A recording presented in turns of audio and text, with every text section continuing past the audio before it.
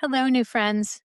I'm Sara Jane, and I know I said in my first video that I wasn't going to post until Thursday of next week, but I'm just feeling like I need to do that today. It's the first day of a new year, and I'm excited to start a new year. And I'm also at an age where the notion of resolutions or fitness goals or any of that sort of thing don't really fit with where I am in life. And I know that for some of us, we were raised and matured over many years of New Year's resolutions. And I am happy to see that those New Year's resolutions are going by the wayside. Even the idea of a bucket list, which we'll talk about more in just a minute, that idea is also fading, which I'm also happy to see. So, what does your new year look like?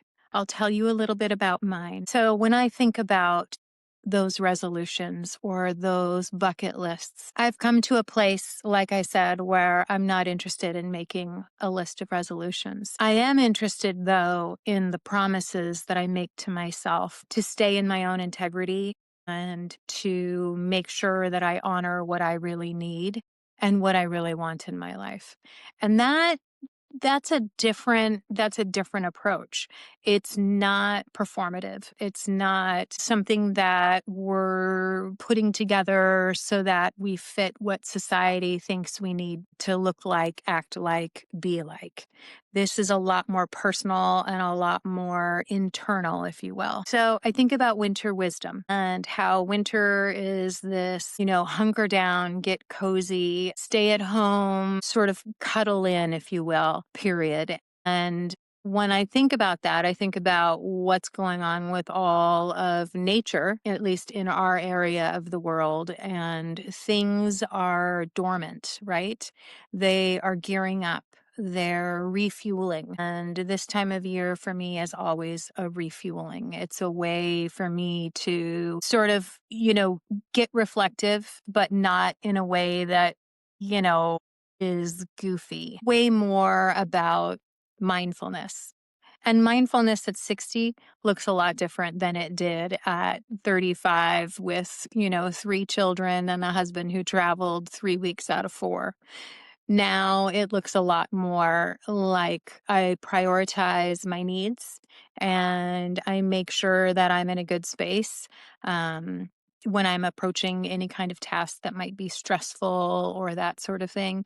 So, this winter period right now is really more about sort of refueling and getting ready for the long haul in front of me, I guess, if you want to speak career wise, working as a principal at a middle school, there's no longer month than May. And as we start back in just a few days, I need to make sure that I am ready to take that on. It makes me think about the promises that we make to ourselves instead of resolutions if we're making promises to ourselves. And I'll share a promise that I made last year that has served me really well. So I work 12-hour days. I could work 16-hour days. I could work 20-hour days, and I would not get everything done that needs to get done in my industry and in my current job. That can really wear on you. And what I noticed was I was getting up earlier. I mean, I go to work, at work by 6:30 and I leave about 6 p.m. And that's just on a normal day. But I started getting there at 5:30, and still working till 6 p.m. and thinking that that was going to get me caught up, that just doing that extra time would get me caught up. And what I found was that I was exhausted. I would come home and I couldn't really do much of anything else. I would bring my laptop home thinking I'm going to answer a bunch of emails tonight or I'm going to work on that project, and I just wouldn't get to it. And I was exhausted and my health suffered. I didn't get caught up at work, and instead I wore myself out. And what I started doing was making sure that I got enough sleep. And it was a simple thing, right? I was using up my sleep time in this ever going goal of trying to get caught up at work. And it did not serve me well. So I prioritized 8 hours of sleep. I'm in bed by 8:30 most nights.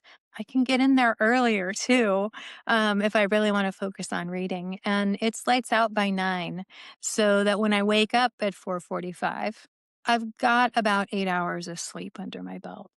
And that I've found has been more powerful for me in helping me get caught up in with my work, because I was finally feeding my body and my mind what it needed, and it needed rest. And once I started keeping that promise to myself, I found that in effect, I was a lot more efficient and I had a lot more energy to give to my work. And while I'm still not all the way caught up, I'm a lot closer. So instead of a bucket list, which, feels like it should have things like skydive and, go see, I don't know, something spectacular, one of the seven wonders in the world, something like that. And while those are great, a good friend of mine, Elaine, she has what she calls a teacup list, not a bucket, but a teacup. And that teacup list is all those little things that bring richness to our lives. And that is a list where she just adds things to the list as she experiences them. So things like watching the birds when they migrate, the geese. Oh my gosh, I love watching the geese when they migrate. Just noticing how that V changes shape and adapts to the needs of those geese. Something small like that. Enjoying that first sip of coffee in the morning. That is something that is my absolute favorite. One of my husbands used to bring me coffee every morning before he left for work. And I'll tell you, it was one of my favorite things about him after a while, was enjoying those first sips of coffee in bed. And it's a tradition that I still do for myself. I just get up and get my coffee and get back into bed.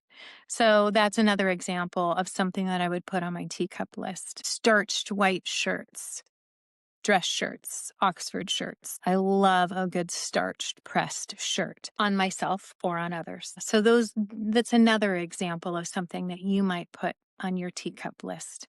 So think about that. Think about the kinds of things that you would add to a teacup list.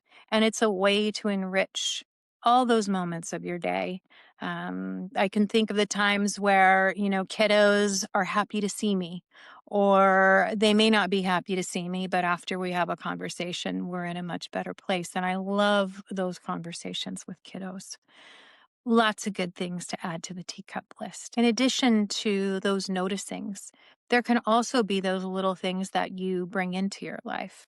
So, something I'm adding to my teacup list this year is reading poetry on Sunday afternoons. I never prioritize poetry, and it's something I so enjoy when others share with me. And I think that's something that would be lovely to add to my life. So Sunday afternoons, that's where I'll get out a book of poetry, or I'll go to Poetry 180 or one of the other websites, but I really prefer to read it on the page. And so that's something that I would add to my list. Lots of different things you can add to your list. So as we look forward to this next year, I would ask us all to think about the ways that we bring more into our lives, the promises that we keep, the small things that bring us joy, and focus in on those things. What promises are you going to make for yourself? What things bring you small joys and big joys? I would love to hear some of those in the comments if you wouldn't mind sharing with me what those little teacup list additions are. And I look forward to getting to know you all more over the coming weeks as we enjoy this adventure with the Midlife Intelligencer. Have a wonderful new year, and I'm looking forward to a lot more time spent together. Take care.